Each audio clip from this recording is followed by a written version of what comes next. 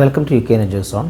ഇന്നത്തെ ഭാഗത്ത് ഉൾപ്പെടുത്തിയിട്ടുള്ളത് കോസ്റ്റ് അക്കൗണ്ടിങ്ങിനകത്തുള്ള ചെറിയൊരു ടോപ്പിക്കാണ് ഓവർ ഹെഡ്സ് എന്നുള്ളത്.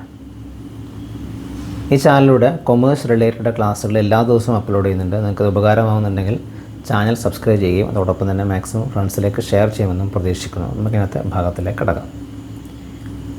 ഓവർ ഹെഡ്സ് സിമ്പിളായിട്ടൊരു മീനിങ് ആണ് ഇവിടെ എഴുതിയിട്ടുള്ളത്. ഓവർ ഹെഡ്സ് എന്ന് പറഞ്ഞാൽ cost which cannot be identified with the cost center or cost unit.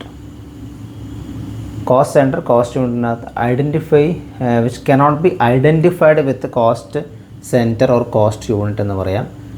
അല്ലെങ്കിൽ മറ്റൊരു രീതിയിൽ പറയാം, overheads are cost which cannot be directly charged to a cost center or cost unit. ഒരു കോസ്റ്റ് സെൻറ്ററിൽ അല്ലെങ്കിൽ ഒരു കോസ്റ്റ് യൂണിറ്റിനകത്ത് ഡയറക്റ്റ്ലി ചാർജ് ചെയ്യാൻ പറ്റാത്ത രീതിയിലുള്ള കോസ്റ്റിനെയാണ് എന്താ പറയുന്നത് ഓവർ ഹെഡ്സ് എന്നുകൊണ്ട് ഉദ്ദേശിക്കുന്നത്. ഇപ്പോൾ indirect material, indirect labour, indirect expense ഇതെല്ലാം എന്താണ് ഓവർ ഹെഡ്സ് ആണ്. ഓക്കെ, അതാണ് ഇവിടെ എഴുതിയിട്ടുള്ളത്. Indirect material, indirect labour, indirect expense ഇതിനെ മൊത്തത്തിൽ പറയുന്നതാണ് ഓവർ ഹെഡ്സ് എന്നുള്ളത്. നമ്മൾ മുമ്പ് കഴിഞ്ഞ ഒരു ക്ലാസ്സിനകത്ത് പഠിച്ചിട്ടുണ്ടായിരുന്നു. Direct material, direct labour, direct expense എന്നൊക്കെ പറഞ്ഞിട്ട് പഠിച്ചിട്ടുണ്ടായിരുന്നു. ഇവിടെ എന്താണ് indirect material, indirect labour, indirect expense ഇത് മൂന്നും ചേർന്നിനെ പറയുന്നതാണ് ഓവർ ഹെഡ്സ് എന്നുള്ളത്. സിമ്പിളായിട്ട് പറയുകയാണെങ്കിൽ ഓവർ ഹെഡ്സ് എന്ന് പറഞ്ഞാൽ total of all indirect cost, എല്ലാ ഇൻഡയറക്റ്റ് കോസ്റ്റിൻ്റെയും ടോട്ടലിനെ നമുക്ക് എന്ത് വിളിക്കാം, ഓവർ ഹെഡ്സ് എന്ന് വിളിക്കാം.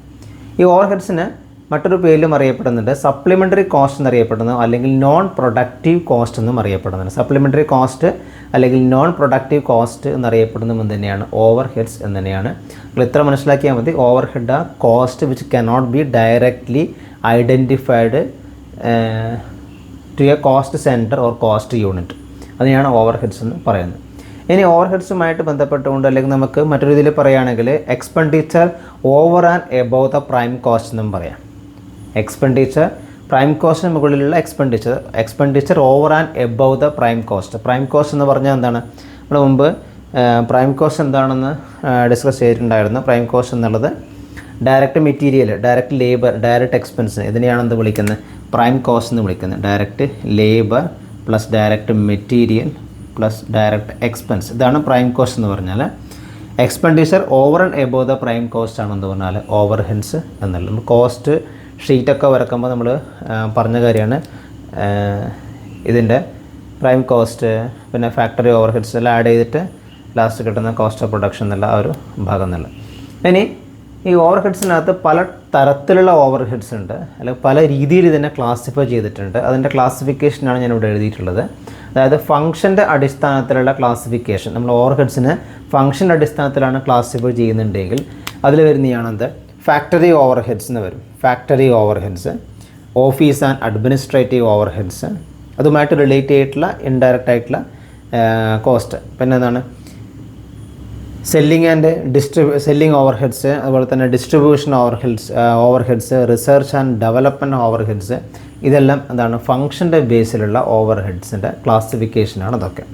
ക്ലിയർ? ദെൻ ബിഹേവിയറിൻ്റെ ബേസിൽ അല്ലെങ്കിൽ സ്വഭാവത്തിൻ്റെ അടിസ്ഥാനത്തിലുള്ള സ്വഭാവത്തിൻ്റെ അടിസ്ഥാനത്തിൽ നമ്മൾ ഓവർ ഹെഡ്സിനെ നമുക്ക് ക്ലാസിഫൈ ചെയ്യാം. എങ്ങനെയാണ്? ഫിക്സഡ്, വാരിയബിൾ, സെമി ഫിക്സഡ് അല്ലെങ്കിൽ സെമി വാരിയബിൾ.